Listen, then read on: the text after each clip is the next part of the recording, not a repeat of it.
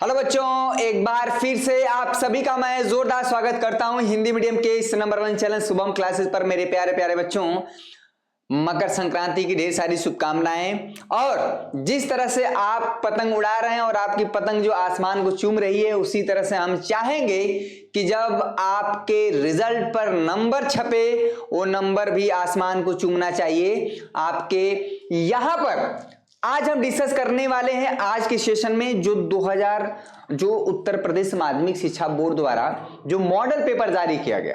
Model paper जारी क्यों किया जाता है? क्योंकि आप उसके आधार पर उस तरह के प्रश्न करते हैं, उस लेवल के प्रश्न करते हैं कि प्रश्न की कठिनाई स्तर क्या है। भाई बहुत ज्यादा कठिन पूछा जा रहा है कि बहुत मीडियम कठिन है या बहुत ही आसान पूछा जा रहा है। मॉडल पेपर लगाना इसलिए जरूरी है। साथ में आपको कुछ क्वेश्चन यानी कम से कम यहां पर मिनिमम मैं बता रहा हूं कि मॉडल पेपर से डायरेक्ट क्वेश्चन एकदम हूबहू 15 से 20 अंक का मिल जाता है भाई। तो ये बहुत आसान बात है और बहुत अच्छी बात है कि भैया एक ही मॉडल पेपर से एक ही जगह से अगर 15 से 20 नंबर मिल जा रहे हैं तो इसमें कोई नुकसान वाली बात नहीं है। यहां पर ये भैया ये 15 से 20 अंक की बात हो रही है कहां से? ये जो मॉडल पेपर है ना बेटा, मॉडल पेपर से हम बात कर रहे हैं जो यूपी, ठीक है, एमएसपी से जो जारी किया गया है, तो उसको हम डिस्कस करेंगे। हालांकि एक आध दो बार और किए हुए हैं, लेकिन बार बार करते रहना, उसमें इतना बार कर लीजिए ना कि प्रश्न रटा जाए, और रटा जाए तो अच्छी बात है। आपको इतना प्रोसेस इतना रटा जाना चाहिए कि कोई क्वेश्चन देखते ही तुरंत कहें कि हाँ इसमें तो ये लगेगा, इसमें तो ये फार्मूला लगेगा, ये क्वेश्चन में ऐसा मेथड है, इस क्वेश्चन में ऐसा मेथड है। ये सारी चीजें दिमाग में होनी चाहिए। सवाल तो हर बच्चा कर ले जाएगा, लेकिन उस 3 घंटे में, उस 3 घंटे के समय में सारे प्रश्नों को हल कर ले जाना, ये सबसे बड़ी बात है। तो आइए सभी बच्चे एक बार जुड़ जाएं और सभी बच्चों का स्वागत रहता है भाई शुभम क्लासेस पर। जो बच्चे नए हैं उनको बता दें कि यहाँ पर संजीवनी बैच हम लोगों ने जो लॉन्च किया है, यहाँ पर अगर जो बच्चों की बिल्कुल भी तैयारी नहीं है, एकदम शून्य है, मैं बता रहा हूं कि अगर इस बैच से जुड़ते हैं तो फर्स्ट डिवीजन की तो गारंटी है।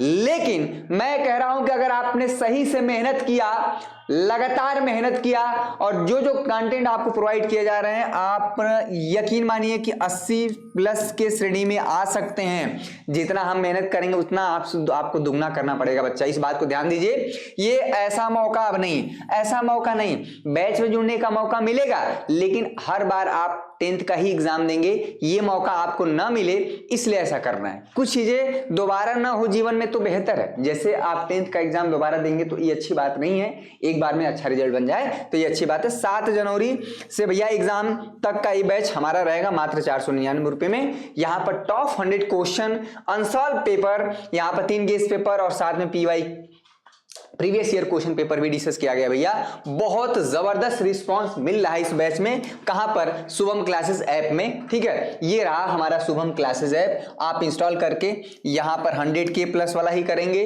पेटीएम, फोन पे, तमाम तरह के ऑनलाइन पेमेंट के माध्यम है। आप सभी को पता है आज के जमाने में कोई ऐसा व्यक्ति नहीं जिसके पास फोन पे, गूगल पे, पेटीएम, तमाम तरह के ऑप्शन ना अवेलेबल है, लगभग सभी के पास। तो आई होप आप जरूर जुड़ेंगे।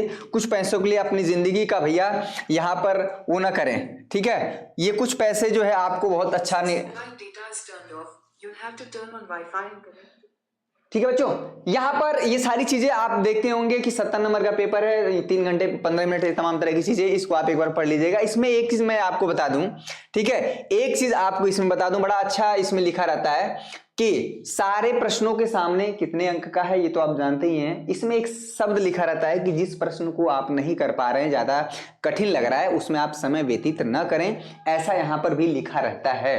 तो आपको भी कॉमन सेंस लगाना ही नहीं कि आप जिद पर अड़ गए कि नहीं मैं इस क्वेश्चन को कर ही दूंगा, नहीं करूंगा तो मेरी बेइज्जती हो जाएगी, एग्जामिनर नंबर, अरे भाई नहीं आ रहा है, थोड़ा बहुत टेढ़ा मेढ़ा क्वेश्चन है, छोड़ दीजिए। यहां पर आप सभी को पता है बेटा कि जो 20 क्वेश्चन है, यहां पर 20 क्वेश्चन जो बहुविकल्पी के होते हैं। अभी हम फिलहाल 20 क्वेश्चन जो है बहुविकल्पी के एमसीक्यू होते हैं। तो एमसीक्यू को अभी थोड़ा सा होल्ड करते हैं। एमसीक्यू क्वेश्चन अभी हमने लगभग 150 क्वेश्चन कराए। यकीन मानिए अभी थोड़ा सा कुछ क्वेश्चन जो है अच्छे प्रश्न यानी लंबे वाले प्रश्न कराते हैं, जो कि आपको ज्यादा अंक प्रोवाइड करे। भैया यहां से हम बात करते हैं 2 नंबर की बात करते हैं, ठीक है, 2 नंबर की बात करते हैं। एक प्रश्न यहां पर देखने को मिलेगा, या आप कहें इसके बाद मैं 4 नंबर वाला या 4 नंबर और फिर 6 नंबर वाला प्रश्न हल करा दूंगा तो आपका काम हो जाएगा। ये 2 नंबर वाले प्रश्न है भैया, इसको देखेंगे।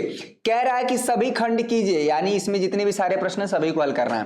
स्पष्ट कीजिए कि 3 गुणते 5 गुणते 7 अब प्लस 7 एक भाज्य संख्या क्यों है।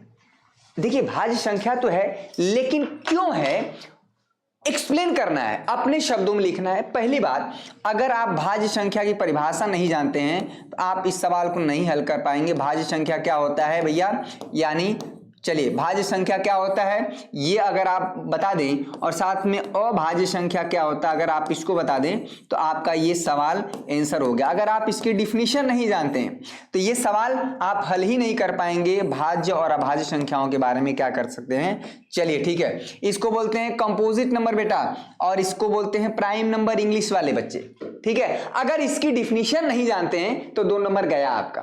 भैया यहां पर अभाज्य संख्या है, यानी इंग्लिश में इसको बोलते हैं प्राइम नंबर। प्राइम नंबर क्या होता है भाई, प्राइम नंबर की हम बात करते हैं, अगर हम प्राइम नंबर की बात करते हैं बेटा यहां पर वो नंबर, वे संख्याएं जो स्वयं से, ठीक है, 1, वे संख्याएं जो 1 एवं स्वयं से विभाजित होती हैं। ये सभी को आप स्वयं से विभाजित होती हैं, 1 एवं स्वयं से विभाजित होती हैं, क्या होते हैं भैया, प्राइम नंबर। यानी यहां पर प्राइम नंबर, या इसको हिंदी में बोलते हैं भैया अभाज्य संख्या है, ठीक है। भाज्य संख्या क्या होता है, वह संख्याएं जो 1, ठीक है, कॉमा स्वयं के अलावा, 1 एवं स्वयं के अलावा अन्य, ठीक है बेटा, अन्य तीसरी संख्या से भी विभाजित हो जाए। अन्य किसी भी तीसरी संख्या से विभाजित हो जाए, तीसरी, चौथी, तीसरी संख्या से विभाजित हो जाए तो वो संख्या क्या हो जाता है भैया हमारा, वो संख्या हमारी क्या हो जाती है, भाज्य संख्या। जैसे एक एग्जांपल की बात करते हैं, अगर हम बात करते हैं बेटा 7, ठीक है, तो 7 क्या है कि 7 को हम क्या करते हैं, 7 को हम 7 से डिवाइड कर सकते हैं, कितना आएगा भैया 1, और साथ में हम 7 को 1 से विभाजित कर सकते हैं, ये क्या आएगा 7 आएगा, ठीक है। और 1 और 7 के अलावा अन्य किसी तीसरी संख्या से विभाजित होगा ही नहीं डिविजिबल होगा, ठीक है। लेकिन अगर हम बात करते हैं बेटा, अगर हम 16 की बात करते हैं, अगर हम 12 की बात करते हैं, यहां पर अगर 12 की बात करें तो 12 क्या है, देखिए 12 तो 12 से डिविजिबल ही है, 12 को 12 से भाग देंगे 1 आएगा, ठीक है। 12 को अगर हम 1 से भाग देंगे तभी डिविजिबल हो जाएगा, 12 आएगा। 12 को अब देखिए 1 और 12 के अलावा अन्य कोई तीसरी संख्या भी है क्या जो 12 के डिविजिबल है, यानी 12 को भैया 3 भी डिवाइड कर रहा है यानी 4 आएगा। 12 को क्या कर रहा है, 4 भी है यानी 3 आएगा। यहां पर 12 को क्या है भैया 6 डिवाइड करेगा यहां पर, तो यहां पर 1 और स्वयं के अलावा अन्य बहुत ढेर सारी संख्याएं मिल रही हैं जो भैया 12 को विभाजित कर रही हैं, इसलिए 12 हमारा क्या होगा, यहां पर भाज्य संख्या होगा।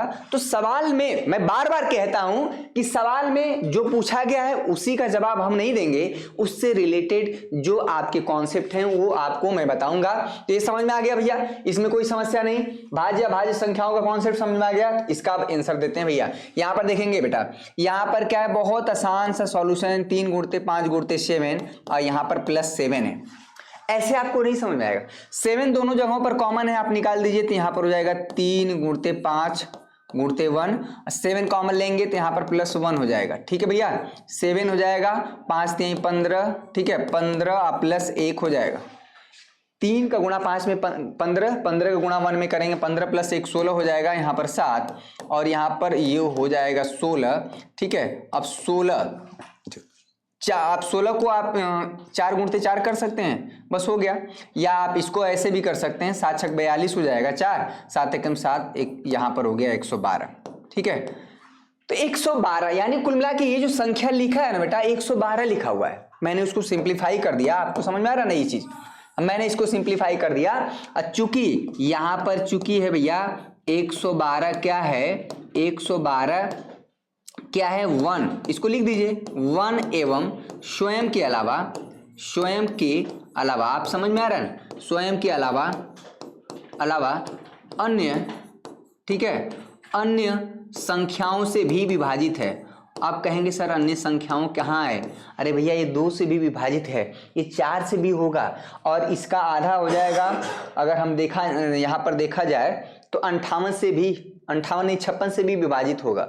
1 और स्वयं के अलावा अन्य संख्याओं से भी विभाजित है, ठीक है, विभाजित होगी, ठीक है, संख्या है विभाजित होगी।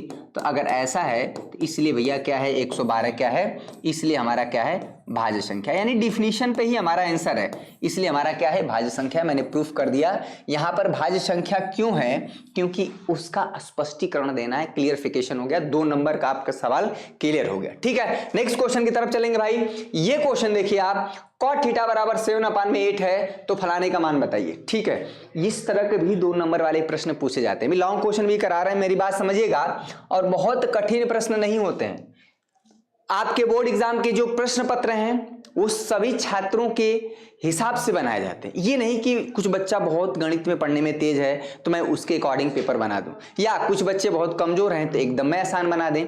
मतलब मिला जुला होता है, कुछ प्रश्न आसान भी होते हैं, कुछ प्रश्न कठिन भी होते हैं। भैया बताइए इसका सॉल्यूशन आप बताएं, इसका सॉल्यूशन बताएंगे तो अगर cot थीटा का मान 7/8 है, यकीन मानिए cot थीटा का मान अगर 7/8 है भैया, यहां पर अगर आप देखेंगे तो ये है P है, Q है, R, ठीक है। अगर cot थीटा बराबर क्या हो जाएगा, cot थीटा बराबर अगर आप 7/8 है तो जरा बताएं कि tan थीटा का मान क्या हो जाएगा भाई, 8/7 होगा। इसमें कोई समस्या नहीं, हमें बताना है 1 + sin थीटा।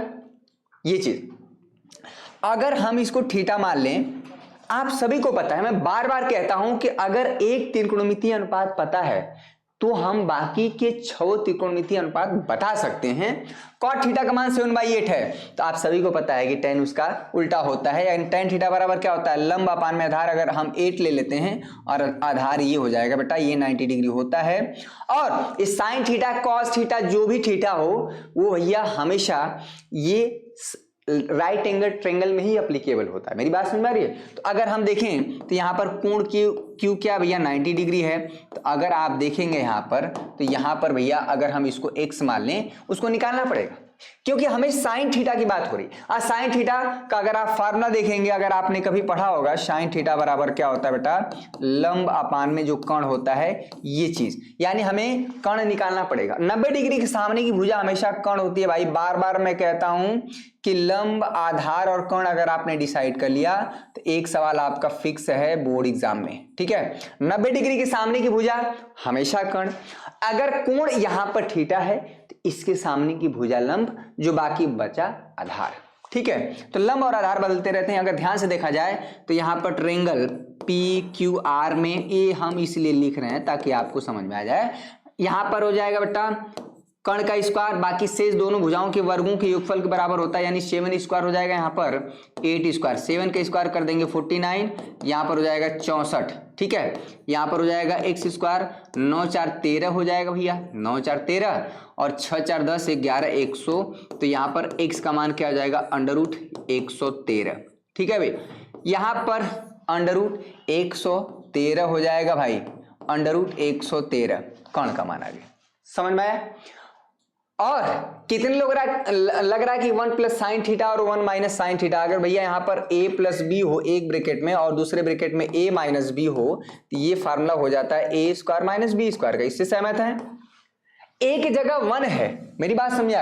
अगर इसका मान बताना है बेटा तो कहीं न कहीं आपको बताना है, इसका जो मान बताना है a² - b², यानी sin² थीटा अपान में, फिर से वही काम 1 + cos theta into 1 - cos theta, a² - b², यानी a² - यहाँ पर है बेटा cos² थीटा, 1 - sin² थीटा, यहाँ पर हो जाएगा 1 - sin² थीटा। तो इसको आप ऐसे लिख सकते हैं, sin थीटा का स्क्वायर अपान में बेटा यहाँ पर है 1 - cos थीटा का स्क्वायर। तो यहाँ पर हो जाएगा 1 - sin थीटा, यहाँ से क्या निकलेगा, यहां से sin थीटा का मान क्या निकलेगा, sin थीटा बराबर होता है बेटा लंब अपान में कर्ण, यानी हो जाएगा 8 अपान में √113। समझ में आ रहा है सभी बच्चे? एक बार वीडियो को लाइक कर देंगे।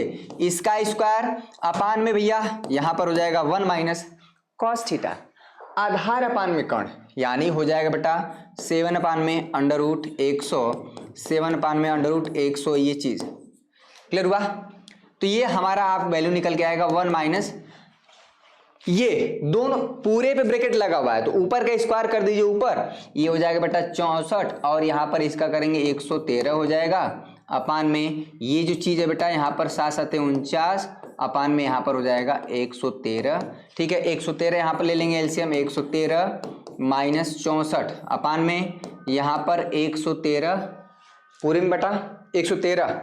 ठीक है बेटा 113 माइनस 49 में यहाँ पर है 113, ये कट जाएगा। ठीक है 113 में से यहाँ पर घटाएंगे 13 हो जाएगा, आई थिंक मुझे लग रहा है 49 आएगा। ठीक है ये 49 अपान में 113 में से यहाँ पर मुझे लग रहा है ये 63 आएगा, 64। ठीक है ये आ जाएगा इसका मान 64, ये हो जाएगा 49 अपान में 64, यानी इसकी वैल्यू होगी 49 अपान में 64। ये बहुत अच्छा प्रश्न है 49 अपान में 64, ये कई बार पूछा गया है, ये मॉडल पेपर में आया है, इसका मतलब है क्वेश्चन काफी इंपॉर्टेंट है। चलिए सभी बच्चे पे मैं 1000 तो आप पूरा करते नहीं, 500 प्लस का लाइक का टारगेट मैं आपको देता हूं। आई होप जो बच्चे लाइव देख रहे हैं इस क्वेश्चन को भी समझ गए होंगे और साथ में इसके जो कॉन्सेप्ट हैं इसके पीछे के वो कॉन्सेप्ट भी समझ गए होंगे। सवाल ही सिर्फ हल नहीं करना भैया, आपको इसको भी समझना है, इसको भी समझना है कि यहाँ पर ठीक है साइन है, साइन थीटा बराबर क्या होता है, लंब अपान में कर्ण होता है, कॉस थीटा बराबर क्या होता है, ये आधार अपान में कर्ण होता है। ठीक है और जो टेन थीटा होता है ये लंब अपान में आधार होता है। ठीक है अच्छा इसका उल्टा वाला क्या होता है भाई, कोसेक थीटा, उसका उल्टा वाला कोसेक थीटा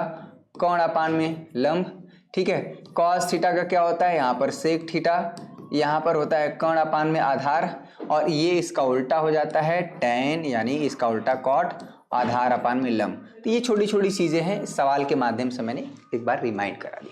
अगर साइन टेन थीटा का मान पता है तो कॉट थीटा का आपका आधार अपान में लंब निकल जाएगा। ठीक है अगर आपको कॉट थीटा का मान पता है तो आप टेन थीटा का निकाल सकते हैं और इसकी हेल्प से मैंने एक राइट एंगल ट्रायंगल बना के साइन कॉस टेन कोसिक जो भी वैल्यू निकालना है निकल जाएगा। ये हुआ भैया आपका 4 अंक रेडी। अब देखिए ये भी क्वेश्चन एकदम ललन टॉप है और बेहद आसान।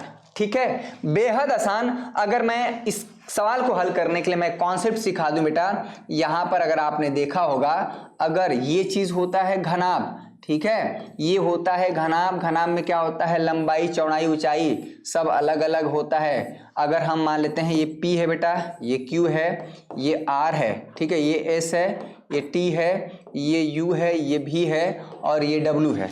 अगर आप ध्यान से देखेंगे ठीक है तो अगर इसकी लंबाई L है, इस घनाभ की, मेरी बात समझिएगा, इस घनाभ की लंबाई L है, ये चौड़ाई होता है और ये पूरी की पूरी हाइट होता है, ये पूरा हाइट होता है बेटा, इतनी ऊंचाई का है, ये क्या है इसकी चौड़ाई है। तो अगर घनाभ की बात करते हैं, याद करिए फार्मूला, सवाल मैं डायरेक्ट कराऊंगा भूल जाएंगे। घनाभ का जो आयतन होता है, सवाल में क्या पूछा है मुझे ये नहीं पता है, लेकिन क्या क्या चीजें इसमें होती हैं वो मैं आपको रिमाइंड कराऊंगा। घनाभ का जो आयतन है भैया, खूब पतंगबाजी हो रही है बनारस में। बनारस में मकर संक्रांति में इतने लोग पतंगबाजी करते हैं, पूरा बनारस में उतनी चिड़िया नहीं उड़ती जितना पतंगे उड़ती हैं। ठीक है बनारस में हर एक त्योहार को बहुत धूमधाम से मनाया जाता है। बनारस एक ऐसा शहर जहाँ पर हर इंसान, हर व्यक्ति वो क्या है राजा है, यहाँ पर कोई गुलाम नहीं होता है, एक जिंदा दिल इंसान होते हैं यहाँ। ठीक है और हालांकि चलिए बनारस को अगर समझना है अभी, अब काफी चर्चा में है, यहाँ पर स्वरवेद मंदिर सुन रहे होंगे। घनाभ का जो आयतन होता है L, B और H, लंबाई गुणते चौड़ाई गुणते ऊंचाई। और यहाँ पर पूछ क्या रहा है, प्राप्त घनाभ का जो पृष्ठीय क्षेत्रफल है। अब इसके 6 हमारे पृष्ठीय क्षेत्रफल होते हैं बेटा। यहाँ पर अगर हम देखें तो 6 जो होते हैं वो हमारे क्या होते हैं, वो एक जो आयत बनते हैं। ठीक है 6 प्रकार का यहाँ पर फेस होता है, एक इधर हो गया, एक इधर होगा, एक इस साइड होगा, एक उस साइड होगा, एक भैया इधर ऊपर होगा, ठीक है एक ऊपर होगा तो एक नीचे भी हो जाएगा। तो इस तरह से देखा जाए तो इसके 6 हमारे पृष्ठ होते हैं और 6 का अगर पृष्ठीय क्षेत्रफल आप निकालते हैं तो घनाभ का जो पृष्ठीय क्षेत्रफल हो जाता है, यहाँ पर घनाभ का जो पृष्ठीय क्षेत्रफल है, आप सवाल हल कर ले जाएंगे। ठीक है सवाल हो गया घनाभ का जो पृष्ठीय क्षेत्रफल है, जरा बताएं भैया पृष्ठीय क्षेत्रफल घनाभ का पृष्ठीय क्षेत्रफल, अगर आपको फार्मूला पता है तो मामला ऐसे खत्म हो जाएगा। 2 गुणते में भैया लंबाई गुणते चौड़ाई प्लस चौड़ाई गुणते ऊंचाई, BH लिखा जाता है, फिर H गुणते यहाँ पर हो जाता है L। बस ये आपको फार्मूला मिल जाएगा। ठीक है, ये चीज घनाभ का आयतन लंबाई गुणते चौड़ाई गुणते ऊंचाई। ठीक है, घनाभ का जो पृष्ठीय क्षेत्रफल है दो ब्रैकेट में लंबाई गुणते चौड़ाई प्लस चौड़ाई गुणते ऊंचाई प्लस ऊंचाई गुणते लंबाई। ये आपका जो है क्वेश्चन। अब सवाल में आते हैं, सवाल में अब आते हैं भाई, सवाल अब हल करने जा रहे हैं। कह रहा है एक दो घनों जिनमें से प्रत्येक का जो आयतन है 64 सेंटीमीटर क्यूब है। दो अलग अलग घन है भाई, दो अलग अलग घन है। मेरी बात समझिएगा, सवाल को समझिएगा। ठीक है, दो अलग अलग घन है और इत्तेफाकन दोनों घनों का जो आयतन है, दोनों घनों का आयतन क्या है भैया? 64 सेंटीमीटर क्यूब है। 64 सेंटीमीटर क्यूब है, इन दोनों को जोड़ दिया जा रहा है। अब देखिए, अगर दोनों घनों का आयतन समान है, इसका मतलब ये होगा कि दोनों घनों की भुजा की लंबाई, अगर मान लेते हैं x है और इसकी भी x है, क्योंकि दोनों का जो आयतन है और घन का जो आयतन का फार्मूला होता है बेटा, यहां पर अगर घन का आयतन का फार्मूला अगर आप देखेंगे, ठीक है, किसका आयतन का भैया? इसको लिख देते हैं ना, घन का आयतन। ठीक है बेटा, घन का जो आयतन होगा, घन का जो आयतन होता है वो क्या होता है? भुजा का क्यूब। ठीक है, x क्यूब। अब घन का आयतन दोनों 64 है, तो ये हो जाएगा 64 x cube. x cube equal to 64 हो जाएगा, यहाँ पर x हटेगा तो ये हो जाएगा 64 के पावर 1/3। ठीक है, यहाँ पर घनमूल चढ़ जाता है। ठीक है, 64 और ये क्यूब, तो यहाँ पर हो जाएगा बेटा 4, यानी x का मान हो जाएगा 4। कुल मिला के अगर इसकी लंबाई देखा जाए 4, ठीक है, ये 4, लंबाई चौड़ाई ऊंचाई जो घन होता है उसकी जो लंबाई चौड़ाई ऊंचाई तीनों बराबर होता है। मेरी बात समझ आ रही है? अगर हम इसमें लंबाई की बात करें बेटा, लंबाई भी 4 ही होगा, चौड़ाई भी 4 ही होगा और ऊंचाई भी क्या होगा? 4 ही होगा। यही घन और घनाभ में एक अंतर होता है। सपोज करिए यहां पर दोनों को मिलाकर एक नया हमें क्या किया जा रहा है भैया? एक नया घनाभ बनाया जा रहा है, एक नया घनाभ, और इस तरह से एक घनाभ बन जा रहा है बड़ा सा। मेरी बात समझ आ रही है? ठीक है, घनाभ बन जा रहा है। तो इसमें क्या है कि अब देखिए, इसको अगर ऐसे सटा देंगे, अगर इसको हम ऐसे सटा दें, ये लंबाई 4 थी और ये लंबाई 4, अब लंबाई कितना हो जाएगी बेटा? 8 हो जाएगी। चौड़ाई नहीं चेंज होगा, यानी b हमारा 4 ही रहेगा और ऊंचाई भी क्या है बेटा? 4 ही रहेगा। अगर हम इसको ऐसे सटा दें तो इसकी जो चौड़ाई है और ऊंचाई में कोई अंतर नहीं होगा, सिर्फ बढ़ेगा तो लंबाई। अब लंबाई होगा तो अब हमको L पता चल गया 8, चौड़ाई पता चल गया 4 सेंटीमीटर और ऊंचाई तो रहेगा।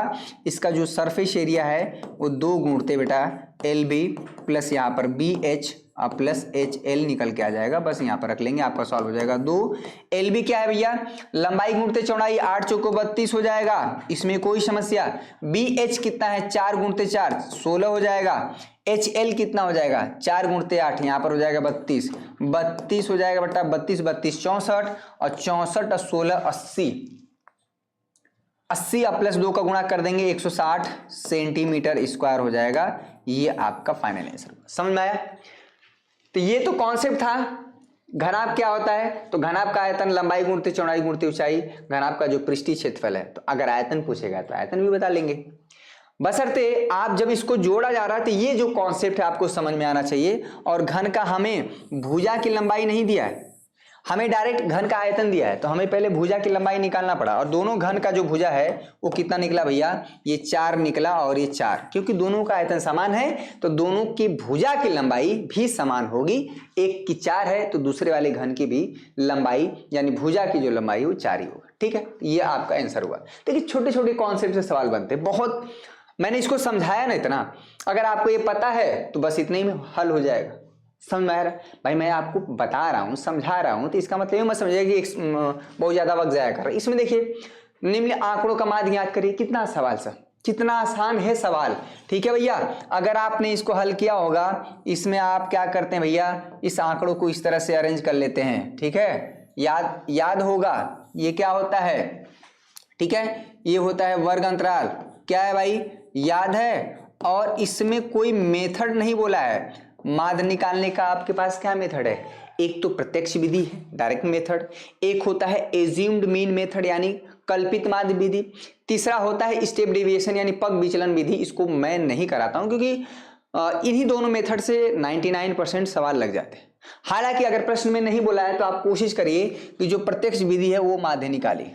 अब कहेंगे सर ये सब क्या बोल रहे हैं, अरे भैया कुछ तो देखिए। संजीवनी बैच में मैंने यहाँ पर क्रैश कोर्स का भी सारे लेक्चर वन शॉट प्रोवाइड कर दिए हैं, कम से कम आप उसको देखिए। चैप्टर में माध्य माध्यिका बहुलक के फार्मूले क्या है, कैसे कैसे निकाले जाते हैं, वो तो मैंने डिस्कस कर दिया। और ये क्या भैया, ये बारंबारता है, ठीक है, बारंबारता जो बार बार आता है भैया, बारंबारता, इसके टेबल को हम किससे रिप्रेजेंट करते हैं, FI से, ठीक है। ये क्या है, बहुत आसान होता है, 10 से 20 है, 20 से 30 है, कॉन्टिन्यूअस है भैया, 30 से यहाँ पर 40 है, 30 से 40 है, यहाँ पर है 40 से 50, कहाँ तक है भैया, 50 से 60 है, 50 से 60 है, और 60 से यहाँ पर है 70, ठीक है। यहाँ पर 2 है, यहाँ पर है 7 है, यहाँ पर है 12, यहाँ पर है 15, ठीक है, ये 8 है और ये 5 है। मेरी बात समझ आ रही, बस हो गया सवाल, ये सवाल हो गया। कुछ नहीं करना है भाई, कुछ करना ही नहीं है, बहुत आसान होता है। इसमें आपको एक चीज और निकालना पड़ता है, वर्ग अंतराल पता है तो वर्ग चिन्ह निकालना पड़ता है। क्या निकालना पड़ता है भैया, ये आपको नया बनाना पड़ता है, ये वर्ग चिन्ह, ठीक है। इसमें हम इसको XI से रिप्रेजेंट करते हैं, याद आ रहा है कि नहीं, ये मैं आपको रिमाइंड करा रहा हूं सवाल के माध्यम से। और ये क्वेश्चन लॉन्ग में भी आ सकता है, यहां पर तो आसान है, 2 नंबर में पूछ दिया है भाई, ये लॉन्ग में भी आ सकता है। क्लियर हुआ, क्या होता है यहां पर 10 लिया जाए कि 20 लिया जाए, ये कंफ्यूजन क्रिएट होता है। इसलिए हम ना 10 लेते हैं ना 20, इन दोनों का लेते हैं माध्य। और दो संख्याओं का माध्य क्या होता है, यानी बीच वाला, यानी 10 + 20 बटा में 2 कर देंगे बेटा, यहां पर आ जाएगा 15, और यहां पर आप क्या लेंगे 15, ठीक है। ये हो जाएगा 15, 20 और 30 का कितना हो जाएगा 25, और यहां पर निकालेंगे ये 35, ये हो जाएगा 45, ये हो जाएगा 55, ये हो जाएगा 65, ठीक है। अब क्या निकालते हैं, FI × XI, बस हो गया, FI × XI, कुछ नहीं करना है, ठीक है। 2 का गुणा 15 में इन दोनों का मल्टीप्लाई, ये कितना हो जाएगा भाई 30, 7 का गुणा 25 में कर देंगे, 25 छक्का 150, और 150 में भैया यहाँ पर कर देंगे 175 हो जाएगा, इसमें कोई दिक्कत नहीं। 12 गुणा इसमें 35 में करेंगे, 12 × 5 = 60, 6 बचा 12 3 36, 6 कितना हो जाएगा 42, 420 हो जाएगा। 15 गुणा 45 में 15 5 75, 75 को 5 बचल हासिल 7, 15 चौका 60, 60 और यहाँ पर हो जाएगा 67, ठीक है। 8 का गुणा इसमें 8 5 40, 8 5 40 और 4 44 हो जाएगा, और 5 5 25, 2 बचा, 5 6 के 30, 30 2 32, बस हो गया। इसमें क्या करेंगे भैया, इसको हम पूरा जोड़ देंगे, यानी ये हमारा सिग्मा FI कर देंगे। सिग्मा का मतलब होता है जोड़ना, FI का मतलब ये जो पूरे सारे नंबर है, 2 है +7 है +12 है +15 है +8 है +1, और ये इसको आप ऐड कर देंगे, यानी सिग्मा FI × XI आपने जो निकाला है ये पूरा का पूरा ऐड कर देना। पता है फार्मूला क्या है, इस सवाल के माध्यम से आप क्या रिमाइंड कर रहे हैं, माध्य का जो फार्मूला होता है, जो माध्य का फार्मूला होता है उसको बेटा x बार से रिप्रेजेंट करते हैं, और ये होता है सिग्मा FI × XI। समझ में आ रहा है, सिग्मा FI × XI अपान में यहां पर हो जाएगा सिग्मा FI, ठीक है। ये चीज आप कैलकुलेट करेंगे, ये आपके लिए होमवर्क है, ठीक है। ये क्वेश्चन लॉन्ग में भी जा सकता है, 4 अंक में बेटा, ठीक है, 4 अंक में भी जा सकता है। सभी बच्चे वीडियो को लाइक करें भाई, सभी बच्चे, ठीक है। ये मेरा आदेश है, अगर आप पालन करते हैं तो ठीक है, नहीं भी करेंगे तो क्या ही किया जा सकता है, ऑनलाइन क्लासेस है, बहुत करेंगे तो आपसे रिक्वेस्ट कर सकते हैं, आपकी इच्छा हो तो कर दीजिए, ना इच्छा हो तो कोई बात नहीं भाई, कम से कम वीडियो ही देख लीजिए। को जोड़ने वाली रेखाखंड को किस अनुपात में विभाजित करता है, बहुत ही आसान क्वेश्चन, ये इस तरह का क्वेश्चन आपको देखने को मिलेगा, ठीक है। यहां पर क्वेश्चन नंबर, ये 2 नंबर, देखिए 2 नंबर का सवाल हो, 1 नंबर का सवाल हो, चाहे 6 नंबर का सवाल हो, चाहे 4 नंबर का, आपको पढ़ना समझना उतने ही डेडिकेशन के साथ है। ये इसलिए नहीं कि आप 10th क्लास में पढ़ के आप जो है पूरे जीवन में क्या है नौकरी पा गए, सब काम खत्म हो गया, आप प्रखंड विद्वान हो गए, आपको लाखों की नौकरी लग गई। अरे यहाँ तो एक पड़ाव पार हुआ है ना, आगे और लड़ाई है, अभी तो ये अंगड़ाई है। मेरी बात समझिएगा, कह रहा बिंदु -4,6 बिंदु फलाना फलाने को जोड़ने वाली रेखाखंड को किस अनुपात में विभाजित कर, मेरी बात समझिए, यहां पर क्या कह रहा है, कितने बच्चों को सवाल नहीं समझ में क्या कह रहा है। ठीक है, अगर दो बिंदु है भैया, एक बिंदु यहां पर ले लीजिए -6, 10, क्लियर हुआ, -6, 10 एक बिंदु है, और एक दूसरा बिंदु है बी। ठीक है, एक दूसरा बिंदु है यहां पर 3, -8, 3, -8। तो दो बिंदु हैं, दो बिंदुओं को हम अगर मिला दे तो एक रेखाखंड बनता है। ए बी क्या है भाई, ए बी क्या है, ए बी एक रेखाखंड होगा, ए बी क्या होगा, एक रेखाखंड होगा, इसमें कोई समस्या नहीं। अगर दो बिंदुओं को मिला दे तो एक लाइन सेगमेंट बनता है, एक रेखाखंड बनता है। मेरी बात समझ आ रही है, अब समझिएगा। तो कह रहा है कि एक बिंदु है -4, 6, जो कह रहा है कि अगर ये बिंदु मान लीजिए बीच में है कहीं पर, हम पॉइंट P मान लेते हैं -4, 6, ठीक है, यही कहीं दोनों के बीच में है, यानी A और B के बीच में कहीं पर है बिंदु बीच। तो कह रहा है कि ये जो बिंदु P है इस रेखाखंड को किस अनुपात में विभाजित कर रहा है। जस्ट लाइक हमें बताना है कि AP अपान में PB, ये बताना है कि ये हिस्सा कितना है और ये हिस्सा कितने, यानी किस अनुपात में विभाजित कर रहा है। दैट मीन्स कि ये लंबाई कितनी है और ये लंबाई कितनी है, ये मतलब बताना। कुल मिला के AP अपान में PB बताना। अगर आपको ये भी नहीं समझ में आ रहा है तो आप क्या करिए भैया, मान लीजिए, देखिए कुछ चीजें आपको दिखाना पड़ेगा। माना AP अपान में PB का जो रेशियो है बेटा वो m/n का है। मान लीजिए एक क्वेश्चन और बहुत आसान होता है, इसको आप लेमडा मान लीजिए, इसको 1 मान लीजिए, ये भी एक तरीका होता है, बहुत आसान होता है, इससे भी सॉल्व हो जाएगा, इससे भी हो जाता है। ठीक है, बशर्ते ये जो आपको ट्रिक हम बता रहे हैं यही आप अपनाएंगे और इससे बेहतरीन तरह से निकल के आता है। ट्रिक क्या है भैया, जब भी इस तरह का क्वेश्चन अनुपात वाला पूछे तो आप मान लीजिए, ठीक है, ये हमारे हाथ में है, माना कि AP अपान में जो PB का जो रेशियो है वो λ/1 है, या अगर आप इसको ऐसे भी लिखना चाहेंगे कि AP रेशियो PB का जो है वो है भैया λ यहाँ पर (1). ठीक है, ये चीज, यानी इतना वाला हिस्सा आप क्या मानेंगे, लेमडा मान लीजिए, और इतना हिस्सा 1 हो गया, फिर लेमडा जो भी निकल के आएगा यहाँ पर रख देंगे आपका। ठीक, इसमें कोई समस्या। अब जरा याद करिए, ये जो कोऑर्डिनेट है इसको x1, y1, देखिए एक सवाल आप अच्छे से कर लेंगे ना, और इसके कोऑर्डिनेट को आप x2, y2 मान लीजिए बेटा। एक सवाल अच्छे से करना है, हजारों सवाल बन सकते हैं आपके बोर्ड एग्जाम में, आपके किसी भी परीक्षा में, ये सिर्फ नंबर चेंज करेगा, सवाल नया क्रिएट हो गया। मैं ये नहीं कह सकता हूं कि बोर्ड एग्जाम में -6 की जगह -6 ही आए, -7 कर देगा, नया सवाल बन गया। 10 की जगह 14 कर दे, 20 कर दे, नया सवाल बन गया। बशर्ते इस मेथड को मैं पकड़ रहा हूं और इसको हम मान लेते हैं x, y। जरा याद करिए, ठीक है, हमें जस्ट लाइक इसको ऐसे करना है कि ये क्या है बेटा, m का मान है, और जस्ट लाइक ये 1 है, ये n का काम करेगा। अब जरा बताएं इसका x कोऑर्डिनेट का, ठीक है, इसका x कोऑर्डिनेट का फार्मूला क्या होगा। ठीक है, जो विभाजन सूत्र होता है भैया, यहां पर अगर हम बात करते हैं विभाजन सूत्र से, ठीक है, विभाजन सूत्र से यानी सेक्शन फार्मूला से अगर हम बात करते हैं विभाजन सूत्र से, तो यहां से जो इसका x कोऑर्डिनेट का फार्मूला होता है m गुणते x2। देखिए इसलिए मैंने सब कुछ यहां पर क्लियर कर दिया है। n गुणते यहां पर हो जाएगा बेटा x1 अपान में यहां पर हो जाएगा m प्लस n। अब देखिए सब रख दीजिए, x का मान क्या है भाई, -4 है, -4 रख दीजिए। m क्या है, आपने लेमडा माना है। x2 क्या है, यहाँ पर आपने 3 माना है, प्लस n है हमारा 1। x1 क्या है भाई, -6 अपान में यहाँ पर m प्लस n यानी लेमडा प्लस 1 हो जाएगा भाई। ये चीज इसको इधर करेंगे मल्टीप्लाई, -4 लेमडा प्लस 1, ये हो जाएगा बेटा 3 लेमडा, इसमें मल्टीप्लाई कर देंगे -6 होगा, हो गया। ये मल्टीप्लाई कर देंगे, ये -4 लेमडा हो जाएगा, यहाँ पर -4, ये हो जाएगा बेटा 3 लेमडा, -6 इसको उधर लाएंगे, ये -4 लेमडा -3 लेमडा, ये -6 हो जाएगा +4।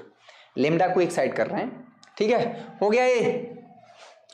ये हो जाएगा बेटा -7 लेमडा और ये हो जाएगा -2। -6 + 4 कितना होगा, -2 होगा। ये सभी इंपॉर्टेंट होता है। तो लेमडा का जो मान है माइनस माइनस कट जाएगा, यहाँ पर आ जाएगा 2/7, ये आपका आंसर हो जाएगा। लेकिन ये आंसर नहीं होगा, गड़बड़ा जाएंगे, ठीक है।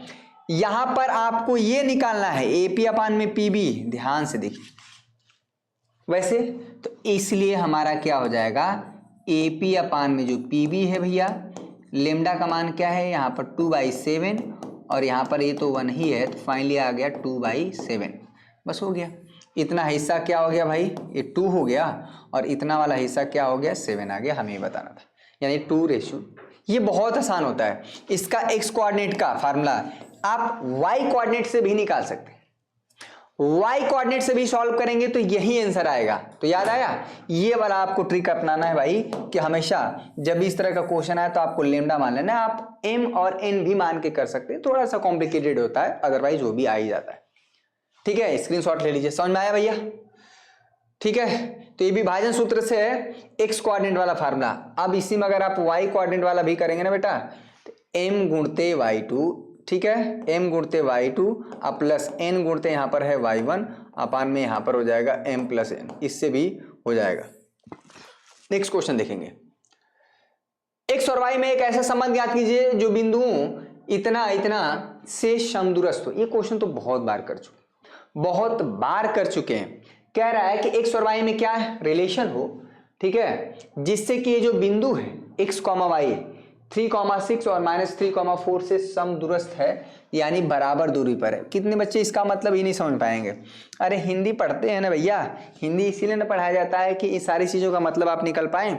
समदूरस्थ है यानी इक्वल डिस्टेंस पे है, इक्वी डिस्टेंस इंग्लिश में बोलते हैं। समदूरस्थ का मतलब क्या हो जाएगा भैया, बराबर दूरी पर है। ठीक है, समदूरस्थ मतलब बराबर दूरी पर, क्लियर हुआ, बराबर दूरी पर। ठीक, ये है आपका। चलिए तो यहां पर हो जाएगा सॉल्यूशन, ये हो जाएगा भैया। चलिए निकालते हैं, तो कुछ एक रफली फिगर बना लीजिए। एक बिंदु P है, यहाँ पर एक बिंदु P है, यहाँ पर x, y मान लीजिए, और ये बिंदु P का जो डिस्टेंस है उस मान लीजिए इधर कोई Q है, उसका जो है 3,6 है, और इधर हम मान लेते हैं बेटा PQR, और इधर क्या है -3,4 है।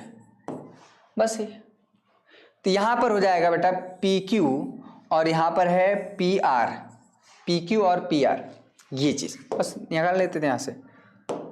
चूंकि यहां पर प्रश्न बोला है कि ये जो बिंदु P है इससे और इससे बराबर दूरी पर है, मतलब जितना दूरी पर A है उतना ही दूरी पर ये है। कुल मिला के हमें डिस्टेंस फार्मूला यूज करना है। चूंकि यहां पर बोला है भैया कि जो PQ है वो बराबर है PR के, और दो बिंदुओं का बीच का दूरी का सूत्र क्या फार्मूला होता है, याद करिए, x2 - x1, किसी को भी आप मान सकते हैं। इसमें x1 - x2 कर लीजिए, ठीक है, यहां पर x - 3 का स्क्वायर है प्लस y - 6 का स्क्वायर, इसमें कोई समस्या नहीं, ये भी कर दीजिए, क्लियर हुआ। अंडर रूट में अब इसके बीच का दूरी निकाल दीजिए। ये प्रश्न में बोला है जितनी दूरी ये है इतना ही दूरी है। x2 - a, ठीक है बेटा, तो x माइनस करेंगे इसका स्क्वायर, तो ये हो जाएगा बेटा x + 3 का स्क्वायर प्लस y - 4 का स्क्वायर, इसमें कोई समस्या, क्लियर हुआ। ये हुआ। अब चूंकि दोनों साइड अगर अंडर रूट है, under root alpha equal to under root beta है ना, तो यहां से अगर आप सॉल्व करेंगे तो यहां पर अल्फा बराबर बीटा स्क्वायर कर देंगे। तो आप ना इसको लिख लीजिए, दोनों पक्षों का वर्ग करने पर, दोनों पक्षों का वर्ग करेंगे, यहां पर हो जाएगा बेटा x - 3 का स्क्वायर प्लस हो जाएगा बेटा y - 6 का स्क्वायर, ठीक है, ये हो जाएगा x + 3 का स्क्वायर प्लस जो है y - 4 का स्क्वायर। इसका स्क्वायर करेंगे भैया x स्क्वायर हो जाएगा, यहाँ पर +9 - 6x हो जाएगा plus y square plus 36 minus यहाँ पर 12y हो जाएगा भैया। a + b का whole square, a square plus 3 का स्क्वायर करेंगे 9 हो जाएगा, प्लस 2ab करेंगे यहाँ पर 6x हो जाएगा, प्लस a - b का होल स्क्वायर, दैट मीन्स कि y square plus b square 4 का स्क्वायर करेंगे 16 माइनस 2ab यहाँ पर हो जाएगा भैया यहाँ पर -8y, इसमें कोई समस्या नहीं, ये चीज़ बस हो गया। ठीक है, ये x स्क्वायर है, ये x स्क्वायर है और ये x स्क्वायर है, कट जाएगा, ये y स्क्वायर है, ये y स्क्वायर है, कट जाएगा। बस x वाले टर्म को एक साइड रख लीजिए, y वाले टर्म को एक साइड कर लीजिए, आपका आंसर आ जाएगा और यही x y में रिलेशन हो जाएगा। ठीक है, ये +9 है बेटा, ये +9 है, जो कट रहा है काट दीजिए, जो बच रहा बचा दीजिए। -6x है, ये +6x, काट मत दीजिएगा, ठीक है। अगर यहाँ पर -6 है और यहाँ पर दोनों साइड -6 तभी कटेगा, तो ये -6 है, इसको इधर लाएंगे भैया तो ये -12x हो जाएगा, ठीक है। माइनस यहाँ पर है 12y, इसको इधर लाएंगे तो ये +8y हो जाएगा। ये 36 है और यहाँ पर 16 है, तो उसको उधर ले जाएंगे तो -20 हो जाएगा।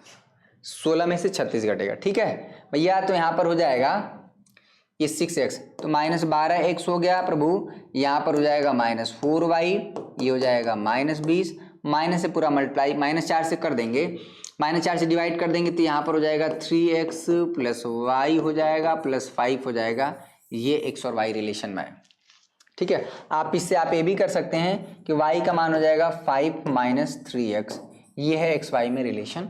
ये आपका फाइनल आंसर हुआ। बहुत कुल मिलाकर इस प्रश्न में दो बिंदुओं के बीच का दूरी का सूत्र यूज किया गया, लेकिन डायरेक्ट नहीं, ये नहीं कहा कि ये लीजिए दो बिंदु, इनके बीच का दूरी का फार्मूला लगा दीजिए, ये नहीं कहा। हालांकि दो बिंदुओं के बीच का दूरी का जो सूत्र होता है बहुत ही आसान, और ये चीज आपने देखा होगा भैया, x2 - x1 का स्क्वायर प्लस यहाँ पर हो जाता है y2 - y1 का स्क्वायर, यही ना होता है, यही तो फार्मूला होता है, ठीक। नेक्स्ट क्वेश्चन देखेंगे। चलिए अब आ गया ये बड़े, ये क्वेश्चन तो बहुत आसान है। द्विघात बहुपद 6x² - 3 के शून्य को ज्ञात कीजिए और शून्यकों तथा गुणांकों के बीच का संबंध की सत्यता की जांच। ये बहुत ही आसान प्रश्न है, कितना बार करा दिए भाई। अगर ठीक है, ये अब लॉन्ग क्वेश्चन आ गया, ये 4 अंक वाले सवाल आ गए, अभी 2 अंक वाले करा रहे थे, ये क्या आ गया भाई 4 अंक। आपको मैं बता दूं कि इससे प्रश्न लड़ने वाले हैं आपके बोर्ड एग्जाम में। जो यहाँ पर ये क्वेश्चन होते हैं किससे भैया, मॉडल पेपर पे, उत्तर प्रदेश माध्यमिक शिक्षा बोर्ड द्वारा जो जारी किया जाता है, सवाल हमेशा फंसते हैं, ठीक है। सभी बच्चे एक बार वीडियो को लाइक कर देंगे भाई, सभी बच्चे एक बार वीडियो को लाइक कर देंगे, सभी बच्चे। ये क्वेश्चन को मैं हिंट दे रहा हूं, अगर याद हो पहले इसको आप क्या करिए, द्विघात समीकरण की स्टैंडर्ड फॉर्म में करिए। यहां पर -7x है, इसको इधर कर दीजिए, और यहां पर है बेटा -3, इसको इधर करिए पहले ये, ठीक। तो ये इसको आप इसी को px मानते हैं ना, ये पॉलिनोमियल है, द्विघात बहुपद है, कोई दिक्कत नहीं भैया, इसका सॉल्यूशन है। आप याद करिए कैसे निकाला जाता है, इसके शून्य कैसे निकाले जाते हैं। शून्य ज्ञात करने के लिए शून्यक आपको याद होगा बेटा, शून्यक बोले या मूल बोले, एक ही बात है। शून्यक या मूल ज्ञात करने के लिए, ठीक है, ज्ञात करने के लिए आप क्या करेंगे, जो बहुपद को करने के लिए आप क्या करेंगे, आप क्या करेंगे, ये जो हमारा बहुपद है = 0 करेंगे। आप क्या कर देंगे भाई, px = 0 कर देंगे। px का मतलब है यहाँ पर 6x² - 7x - 3 = 0। अब इसका कैसे शून्यक निकाला जाता है, मूल एक द्विघात सूत्र होता है जिसको हम श्रीधराचार्य सूत्र बोलते हैं, या एक मेथड होता है गुणनखंड विधि, उससे भी निकाल सकते हैं। मेरी बात समझ आ रही है, समझ में आ रहा है कि पतंगबाजी हो रही है कितने भैया, ठीक है। सभी बच्चे कमेंट करके बताएं कि सर मैंने इतना पतंग काटा, जरा कमेंट करके बताएं सभी बच्चे, जरा देखिए कितना पतंग कौन कितना काटा है। गांव में तो काफी माहौल बना हुआ है भाई पतंगबाजी का, ठीक है। आप भी सोच रहे होंगे सर छुट्टी के दिन छुट्टी भी नहीं कर रहे हैं। देखिए हर कार्य करिए, लेकिन उसमें अगर आप पढ़ाई भी कर ले रहे हैं तो ये बहुत अच्छी बात होती है और ये बहुत जरूरी है, ठीक है। 6x² - 7x - 3 = 0। अगर आप देखें तो 36 18, अगर यहाँ पर जो x² का गुणांक होता है बेटा, यहाँ पर याद करिए जो मेथड होता है, याद करिए कि 6, और यहाँ पर जो कांस्टेंट होता है -3 -18, और इसी -18 को ऐसे 2 भाग में तोड़ा जाता है कि जोड़ने पे -7 आए और मल्टीप्लाई करने पे माइनस। अगर आप 9 गुणते 2 करेंगे भैया ना, तो 18 तो आएगा, लेकिन इसमें से एक माइनस लेना पड़ेगा, तो माइनस इसको ले लेते हैं। तो किसी ने कहा सर आप तो 9 गुणते -2 करेंगे तभी तो -18 ही आएगा, सही बात है। लेकिन बेटा 9 को अगर हम -2 के साथ जोड़ेंगे ना, ये +7 आएगा, चाहिए हमको यहाँ पर माइनस। इसीलिए इसमें क्या किया जाता है, इसीलिए हम क्या करते हैं कि इसमें माइनस इसको ले लेते हैं अब +2 इसको कर देते हैं, मल्टीप्लाई करेंगे -18 आएगा, और -+2 को अगर हम जोड़ेंगे तो ये -7 आएगा। ये रहा क्वेश्चन का हिंट, और इसको आप समझ रहे होंगे क्या करना होगा। ठीक है, 6x² -9x प्लस जो बेटा 2x -3 = 0।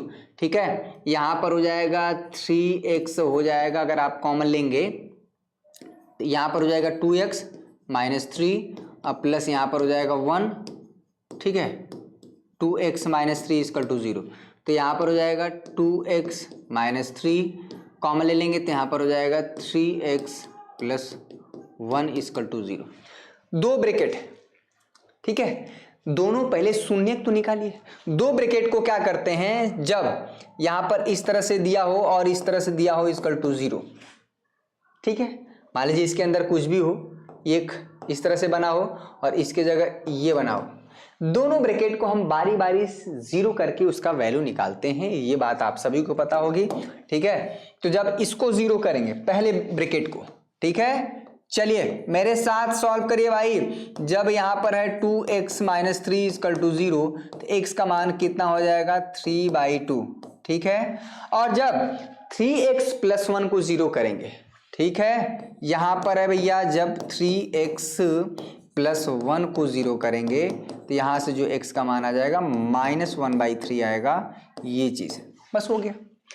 अगर कोई भी बेटा द्विघात बहुपद है तो उसके अधिकतम शून्यक 2 हो सकते हैं। वो दोनों शून्यक हमारे कभी कभी बराबर भी आ जाते हैं या कभी कभी अलग आते हैं। इत्तेफाकन से यहाँ पर दोनों हमारे शून्यक क्या हैं, इस तरह का सवाल आपको पूछा गया है। ठीक है, इसी को हम क्या करते हैं, इन दोनों शून्यकों का हम मान लेते हैं अल्फा। अल्फा का मान हम मानेंगे 3/2 और इसको मान लेंगे बीटा। ये हो जाएगा बेटा -1/3।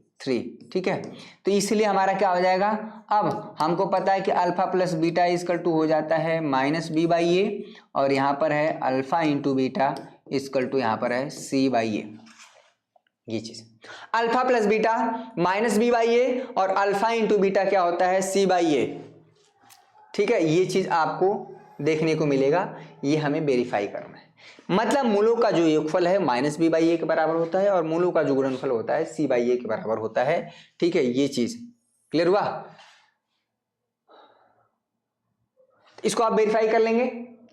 चलिए अल्फा + बीटा आप निकाल ही दीजिए भैया। अल्फा + बीटा अल्फा, अच्छा यहां पर अगर हम इसको कंपेयर करेंगे 6x² बेटा -7x -3 = 0 से, अगर हम स्टैंडर्ड जो इक्वेशन होता है द्विघात समीकरण का ax² + bx + c = 0 से, तो आप a का मान पाएंगे बेटा 6 और जो b का मान पाएंगे -7 पाएंगे और c का जो मान है वो -3 होगा। ठीक है, तो अल्फा + बीटा आप निकाल दीजिए। अल्फा क्या है भैया 2/3 अब प्लस बीटा क्या है -1/3। ये हमारा बराबर आएगा -b/a के, माइनस तो फार्मूले वाला है, और यहाँ पर हो जाएगा -7/6। ठीक है, इसको कर लीजिए। कुछ गड़बड़ हुआ है क्या?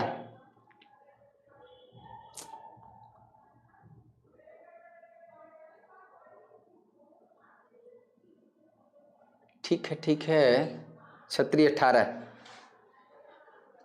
3x 3 गुना के 6 + 1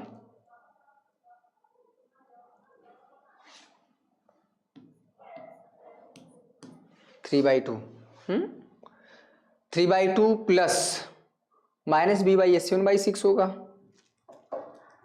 3 गुना के 6, ये क्यों गड़बड़ हो रहा है भाई? -b/a फार्मूला होता है, और एक अल्फा × बीटा देखा जाए, अल्फा × बीटा कितना होता है भाई 3/2। कुछ गड़बड़ हुआ है क्या कैलकुलेशन में?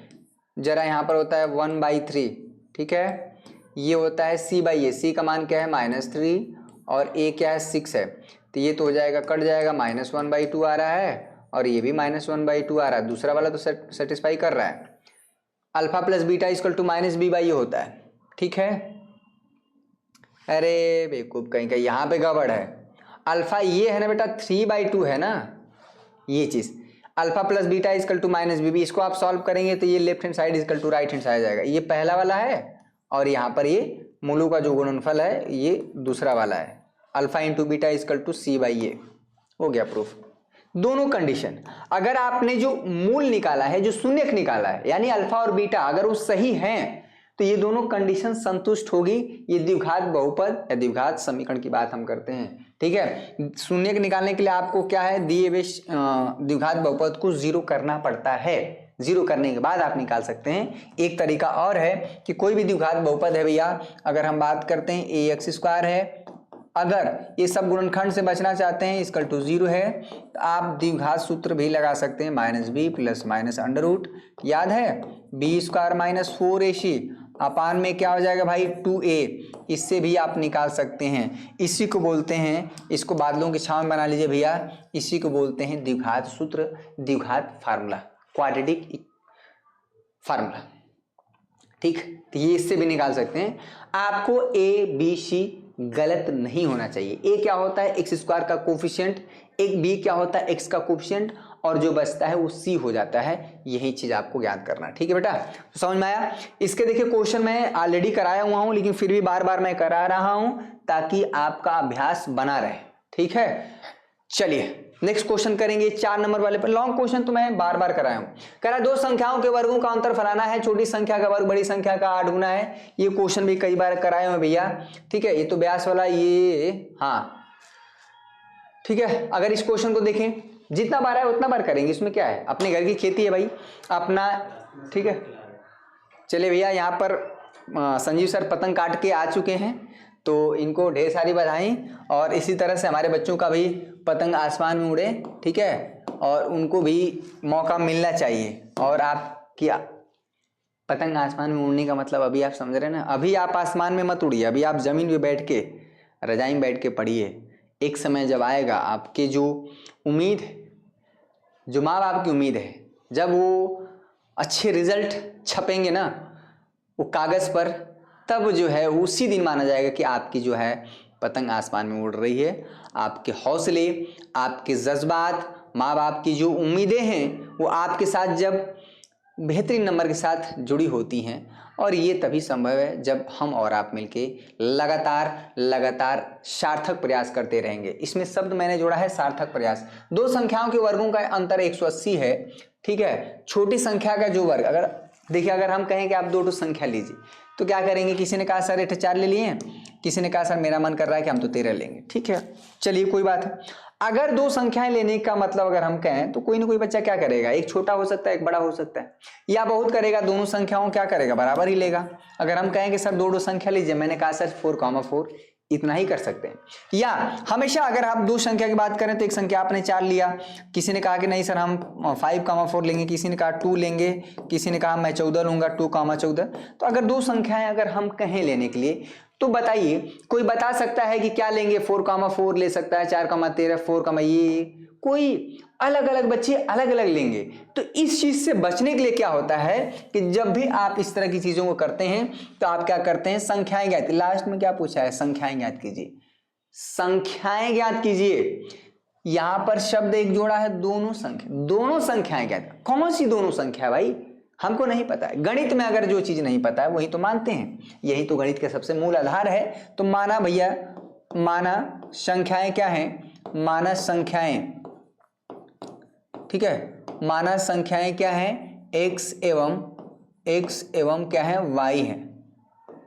ठीक है, x एवं y, और साथ में ये भी मानेंगे कि x ग्रेटर देन y।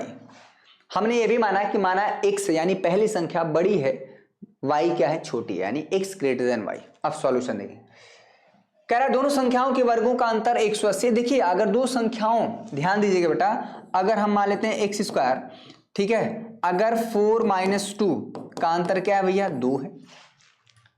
अगर बेटा अगर आप हमेशा अंतर, दो संख्याओं का अंतर एक धनात्मक संख्या है, तो इसका मतलब यही होता है कि हमेशा बड़ी संख्या में से छोटी संख्या को घटाया गया हो। अगर आप बताइए कि 2 - 4 करेंगे तो -2 आएगा। ठीक है, तो अगर आप 2² - 4² करेंगे तब भी तो माइनस ही आएगा। 2 का स्क्वायर करेंगे 4, 4 चौको 16, ये आ जाएगा -8, निगेटिव आया। इसका मतलब अच्छा, अगर यहीं पर आप 4² - 2² करेंगे ना तो ये आ जाएगा +8। इसका मतलब अगर दो संख्याओं की वर्गों का अंतर, स्क्वायर आप डिफरेंस आप 2 नंबर्स अगर ये पॉजिटिव है तो इसका मतलब यही हुआ कि हमेशा बड़ी संख्या के वर्ग में से छोटी संख्या का वर्ग घटाया गया होगा। तो ये चीज आपको क्लियर होना चाहिए कि यहाँ पर तो केस नंबर 1 क्या है भैया, यानी पहला कंडीशन क्या है, पहला कंडीशन ये है कि यहाँ पर बोला है कि दो संख्याओं के वर्गों का अंतर, तो यानी पहले संख्या क्या है भैया x है, इसका स्क्वायर कर दीजिए, वर्ग का मतलब दूसरी संख्या है उसका वर्ग कर दीजिए, दोनों का अंतर कितना है 180, 180 है ना, ये आपका समीकरण नंबर 1 हो गया।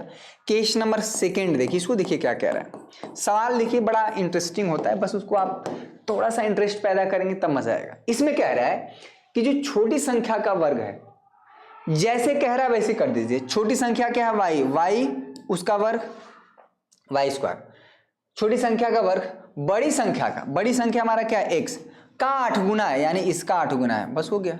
जो भैया छोटी संख्या है उसका वर्ग जो छोटी संख्या है उसका वर्ग मतलब स्क्वायर बड़ी संख्या के 8 गुने के बराबर है, यानी ये 8 गुना है, ये 8 गुना है, मैंने इसमें 8 का गुणा किया, दोनों हो गए बराबर, और इसको दे देते हैं समीकरण नंबर 2।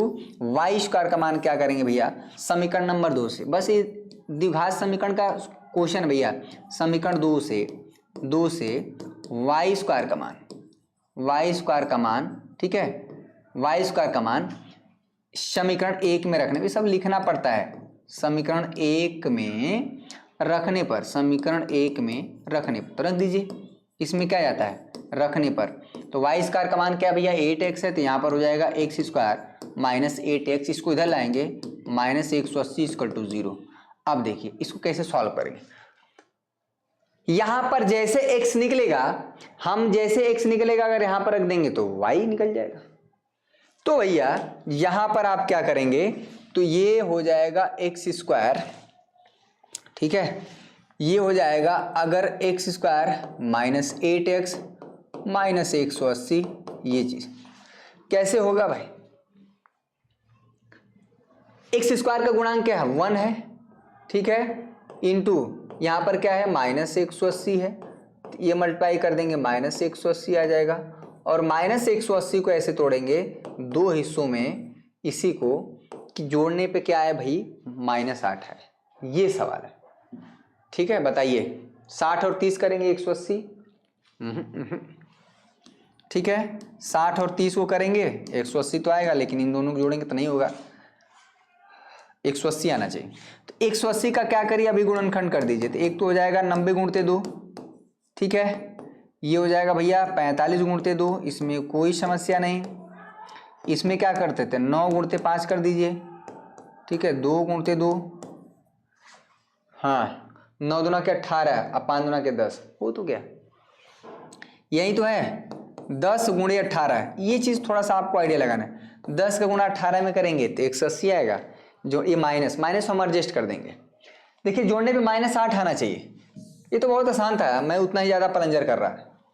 अगर आप जो है 18 ले रहे हैं और गुणते 10, चूंकि मल्टीप्लाई करने पे -180 आना चाहिए, तो किसी एक को माइनस होना पड़ेगा। तो किसी ने कहा कि सर 18 गुणते हम इसको -10 कर दे रहे हैं, ठीक है, -180 तो आ जाएगा, इसमें कोई समस्या नहीं, लेकिन इन दोनों को जोड़ेंगे बेटा ना, 18 प्लस -10 करेंगे ना, तो यहाँ पर ये +8 आ जाएगा, जबकि हमको चाहिए -8। इसका मतलब ये चीज नहीं होगा, हमें करना पड़ेगा -18 और गुणते 10, ठीक है, -18 गुणते 10 करेंगे तो -180 आएगा। सभी बच्चे वीडियो को लाइक कर दें, और -18 + 10 को जोड़ेंगे बेटा ना, तो ये आ जाएगा -8, ये आपका हुआ आंसर। तो क्या हो जाएगा भाई, ये हो जाएगा x स्क्वायर, ठीक, ये हो जाएगा x square minus x square -18x plus 10x -180 equal to 0, ठीक है, x कॉमन ले लेंगे तो -18 हो जाएगा भैया, और यहाँ से 10 कॉमन ले लेंगे तो यहाँ पर हो जाएगा x -18 इक्वल टू 0। तो दोनों ही जगहों पर x -18 कॉमन दिखा रहा है, तो यहाँ पर हो जाएगा x + 10, ठीक है, इक्वल टू 0, ठीक, दोनों ब्रैकेट को 0 करेंगे तो यहाँ से जब हम x -0, तो यहाँ से x का मान आ जाएगा 18, सॉरी, ठीक है बच्चा। x का मान देखिए यहां से जो निकालेंगे इसको जब 0 करेंगे तो यहां से x का मान आ जाएगा -10, ये इनवैलिड होगा, x का मान नेगेटिव नहीं है, दोनों संख्याएं धनात्मक।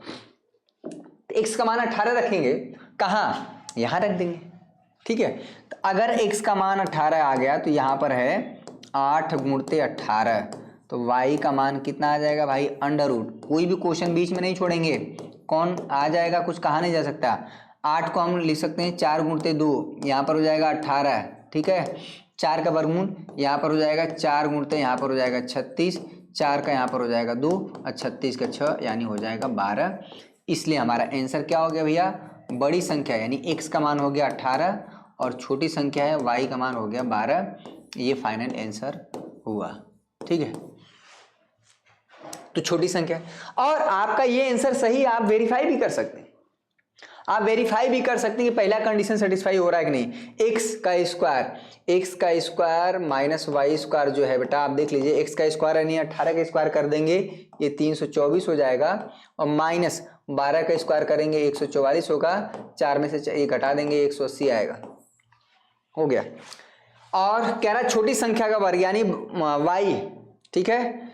यहां पर आप देखिए कि ये Y square equal to 8x आ रहा है कि नहीं, y का मान यानी 12 का स्क्वायर कर देंगे 144 हो जाएगा, 8 गुणते x का मान कितना है 18, 18 8 8 8 64 को 4, 8 के मार 8 से 14 144 आ जाएगा, यानी दोनों कंडीशन सेटिस्फाई भी हो रहा है, ये पहला भी और दूसरा भी, यानी दोनों संख्याओं के वर्गों का अंतर 180 आ रहा है। और साथ में दूसरा कंडीशन क्या है बेटा कि यहाँ पर जो छोटी संख्या का वर्ग बड़ी संख्या के 8 गुने के बराबर भी आ रही है, इसलिए हमारा जो x और y निकले हैं हमने जो माना था वो सही है, वेरीफाई भी हो गया। कुछ भी आप x y निकाल देंगे और ढिढोरा पिट देंगे कि मैंने निकाल दिया, तो वो माना नहीं जाएगा, गलत होगा, ठीक है बच्चा। तो समझ में आया। तो आज के बस इतना ही, आगे पढ़ते रहिए। अब जो मॉडल पेपर के जो शेष क्वेश्चन है आप एक बार देखिएगा, लॉन्ग क्वेश्चन तो मैं ऑलरेडी कई बार कराया हूं भैया, इस तरह के क्वेश्चन आप देखेंगे तो मिलते ही रहते हैं। लॉन्ग क्वेश्चन ये तो कई बार कराए हैं, ठीक है। ये वाला क्वेश्चन √3 2 वाला है, ठीक है। ये सोनू के आई, ये वाला एनसीईआरटी का क्वेश्चन, एनसीईआरटी के ही सवाल आते हैं, बारंबारताओं का योग 60 है तो x + y बताइए, कराएं कि नहीं क्वेश्चन।